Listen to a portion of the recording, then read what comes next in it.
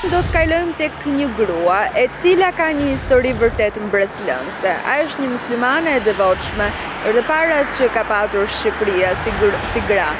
Dhe sot në fakt do të vim me një veçanti të saj, sepse për herë të parë ka realizuar sfilatën me hijab dhe abaja. Ndaj ajo ditën e sotme ka ardhur të na rrëfej pak më tepër për sa i përket kësaj sfilate, gjithashtu edhe për qëllimin e mirë që ka duke realizuar këtë sfilat. Çdo paraj mbledhur nga kjo sfilat ka shkuar për bamirësi.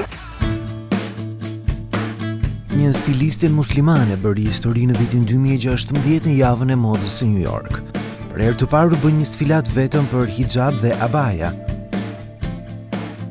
Stilistja indoneziane, Aniesa Hasibuan, mrekulloi turmën me koleksionet e saj për pranverën e 2017-s. Carolina Herrera, Gucci, Dolce Gabbana sjellin çdo vit stilimet e tyre për sa i përket veshjeve muslimane, dhe kështu secila prej grave muslimane gjen veten e për më tepër, sfilata indonezianes Hasibuan do të frymëzonte shumë gra të kësaj feje, të krijonin sepse atyre nuk i ndalohet e bukura. Melanie Turk është drejtoresha ekzekutive e Hot Hijab. Në fëmijërinë e saj në rrethinat e Detroit, ajo kishte të vështirë të gjente veshje për fen muslimane, që ta bënin të ndihej e sigurt. Siç shkrua në faqen e internetit kompanisë së saj, ajo kishte vetëm 2 hijabe, që e bënin atë të ndihej çdo gjë tjetër përveç se e bukur. Në atë kohë Melanie mori një vendim dhe filloi mbledhjen e shamive prej mëndafshit të cilësisë së mirë, në vend që të përdorte materiale të rënda. Ashtu si Melanie Turk, Brigilda, një zonjë muslimane shqiptare, kur vendosi të mbulohej dhe të ndiqte fen, nuk e ndali në asnjë moment veten për të krijuar veshje të bukura muslimane. E rritur mes shijesh, një baba tapicier dhe një nënë rroba qepse, ajo do të kultivonte shijen për veshjen. Ndër vite do të krijonte veshjet e saj, mikeshave dhe të afërmve, derisa një ditë, edhe me një qëllim humanitar, do të realizonte sfilatën e parë shqiptare me hijab dhe abaja. Unë jam rritur në një familje me prindër me profesione të bukura. Si për babi ka qenë tapicier, na arredonte shtëpinë, që dallonte nga gjithë shtëpitë e tjera në atë kohë. Mami merresh me rroba qepsi dhe punonte tek moda, ku ishte, domethënë, të reja që vinin atë kohë, përqafoheshin me një herë. Dhe në shtëpinë tonë gjithmonë ne dalloheshim në veshjen e fëmijët dhe në ambientin familjar. Ku ishe orientuar më shumë ti, Gjilda? E kujton kur ke qenë e vogël të paktën, çfarë të pëlqente më shumë të krijoje, të bëje? Më pëlqente, unë kisha dhe dorë dhe për pikturë. Pëlqente shumë natyra, domethënë veshjet e mia ishin të lidhura me ngjyrat e çelta, ngjyrat që japin jetë. Dhe më vonë do të vinte pjesa kur ti do të vendosit mbaje shami? Po, në ato kohë, në 91-shën, kur feja ishte sapo kishte hyrë, bashkë me një grup shoqesh të mia, 5 vajzat e para që dallohemi për këtë, shkuam në xhami dhe atje ndjeva, domethënë, një rehati shpirtërore, dhe shkoja vazhdimisht. Ndërkohë kisha pasionin të ndiqja modelingun, për stilimin. Dhe kur shkoj atje, të gjithë shoqet e mia që më shikonin si ka mundësi, ti Gjilda shkon atje, ti e modës, ti që pëlqen kështu. Po pse the unë, s'ka asnjë gjë. Dhe kështu, befas njëherë vjen një delegacion, na shikon dhe na çon për studime në Egjipt. Dhe atje mësova për fen dhe u mbulova. Dhe kjo ishte befasia e madhe e gjithë familjarëve të mi edhe shoqërisë time. Si ka mundësi ti mund të bësh të vepër. Po ta mendosh, kur u mbuloi, binte që ti do i thoj mirëpafshim dhe modës. Po kjo ishte ideja. Po në të vërtetë ishte ashtu. Në të vërtetë ishte krejt ndryshe. Kur unë e sakrifikova këtë si fillim, sepse aq shumë më mbusha shpirtërisht sa mu zbeh dëshira për këtë gjë. Dhe kur duke lexuar, duke studiuar, shikoj që Zoti nuk ishte asnjë ndalesë e bukura tek shija, thjesht disa rregulla që ne duhet kishim për veshjen tonë. Edhe për sa i përket kurimit të tjerëve, e ke kthyer në biznes gjithë asaj kohë? Jo, asnjëherë. Po pse? Pse nuk vendoset ta kthehesh në momentet e para? Nuk i kisha mundësit. Pasi u martova, ose unë kam mbaruar korrespondencë fetare dhe kur u ktheva nga studimet kam punuar në këtë fushë. Pasi u martova, u bëra me fëmijë me një djalë i cili më privoi nga këto, sepse erdhi me shumë problematika, edhe unë ju përkushtova atij, sakrifikova gjithçka. Pama edhe në momente të vështira, unë kisha këtë lloj frymëzimi që më mbante. Më kalonte mërzin, më kalonte lodhjen. Me aksesorët si keni marrëdhënie? Të shikoj që ti e ke një aksesor. Jam e lidhur me aksesorët. I pëlqej shumë dhe gjithë mundohem të zgjedh të veçantë. Ajo e dinte se organizimi kësaj sfilate do t'jepte mesazhet se edhe pse janë të mbuluara, nuk i privohet e drejta për të veshur bukure me shije, e përrjedhoi mund të bëjnë edhe biznese në këtë fushë. Gratë muslimane me veshje nuk flasin vetëm një ditë, por 365 të tilla e në çdo moment. Si nisi e gjithë kjo ide, si lindi dhe si u zhvillua?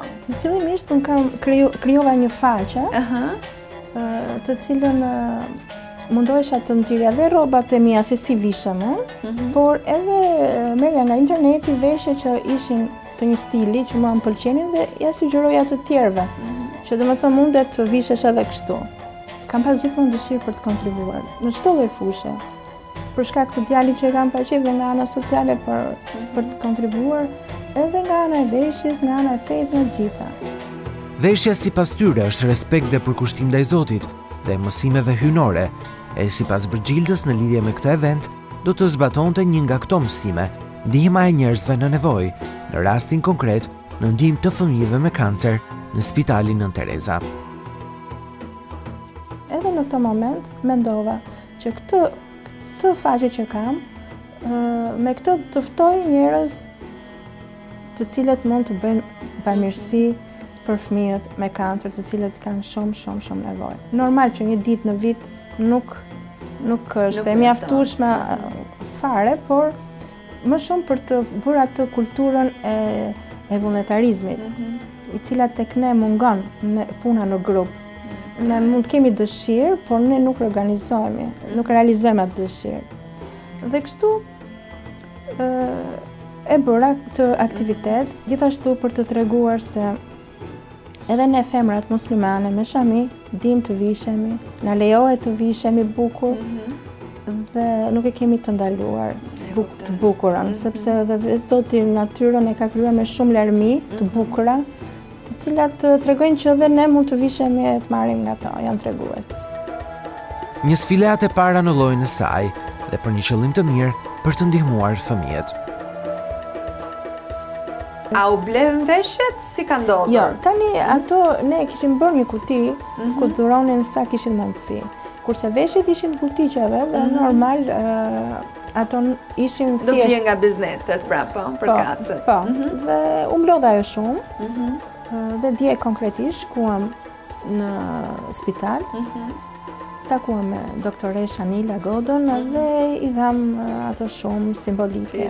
Nuk mendojmë se kemi bërë ndonjë gjë të madhe, vetëm gjesti është për të vlerësuar se në përmbajtje ato kanë akoma shumë nevoja. Veshjet e krijuara prej saj nuk i takojnë të gjitha vitit të fundit. Ajo na rikthen në veshjet e saj të nosërisë, veshje të para 20 vjetëve, të cilat kombinohen aq bukur edhe në ditët e sotme duke i shtuar aksesor. Ky është një fustan. Të cilën unë e kam veshur kur jam martuar. Vërtet. Për të ndruar. Ky ka qenë fustani që e ndruar. Po. Sa interesant. Dhe ky ka edhe këtë, ka kapuçin. Sa bukur. Edhe shamin bojshelli. E saj. Edhe këtë kapelen kështu. Shumë interesant. Me thënë të drejtën ka bërë shumë jahon atë kohë. Është një stil, domethënë i veçantë. Edhe vendosja e kësaj. Kjo shkrimi yti, totalisht. Dhe sa vite ka që prej dasmës tënde? 16 vite. 16 vite. Edhe kjo është fustan me pelerin, që tani këto janë edhe trendi. Fantastika. Dhe si mund ta hidhja unë këtë për shembull? Ja erdhi koha prapë. Patjetër. Këtë unë e kam bler. Shumë e bukur. Dhe i kam përshtatur një fustan. Shumë e bukur. Dhe shamia, mënyra se si e vendos shami, ajo e bën dhe më të veçantë. Edhe shumë e kam të lidhur këpucën me shamin. Duhet patjetër. Unë jam e fiksuar, ose çantën me shamin, ose këpucët të jenë të treja fantastike. Dhe ky një fustan e cilën e kam ideuar vetë, i thjesht, por është ideuar, mos harrojmë para një 16 vitesh. Vërtet. Dhe kjo tani, kjo është jemi në kohë. Po, jemi në kohë sërish rikthyer. Mirë, po unë e kam veshur sa herë më është dashur, unë e kam veshur, s'kam pyetur për kohë. E kisha stiluar në sfilat me këtë kapuç. E kuptoj. Të cilat këto janë egjiptiane, i kam marrë në Egjipt. Edhe më pas duke bërë më festive, po e pastaj vendos të. Por Virgjilda nuk ndalet vetëm me sfilatën dhe qëllimin e mirë, misionin e mirë që pati për këtë sfilat. Ne kemi vajtur në shtëpinë e saj, aty ku realizuam intervistën dhe zbuluam një shtëpi tipike tiranase, por jo vetëm, një shtëpi tipike muslimane. Do të futemi në shtëpinë e saj për të prekur secilin prej detajeve një nga një. Megjithatë, Brigilda është rritur në një familje në zemrën të Tiranës dhe në fillim na rrëfeu se e shihet me kapër i prindërve. Së bashku kanë arreduar edhe shtëpinë të cilën jemi në ditën e sotme, një shtëpi tradicionale me muret dhe dysheme prej druri, e çati me tjegulla të vjetra. E për sa i përket arredimit, ai është klasik dhe oriental. Koltuqe të krijuara nga i zoti i shtëpisë, mure të pikturuar nga Gjilda, jastiqet e ideuara prej saj, e qilime prej Egjipti në çdo cep të shtëpisë. Çdo gjë që e prek dhe e sheh në shtëpinë e prindërve të saj duket si një udhëtim në të shkuarën. Këto për shembull këto jastëkat i kam bërë unë. Vërtet? Po. Interesante shumë. Pasion për shtëpinë ke, për të zbukuruar për... Janë të rralla këto shtëpitë, kështu. Po. Gati nuk i shohim. Edhe nëse vllajt më ka ardhur me të njëjtat shije, kështu që japim dorë njëra tjetrës. Është një shtëpi tradicionale muslimane në të njëjtën kohë. Dhe pse jo, dhe të shikojmë dhe ambientet të tjera jemi që jemi, mos ta humbasim edhe këtë pjesë apo jo çift.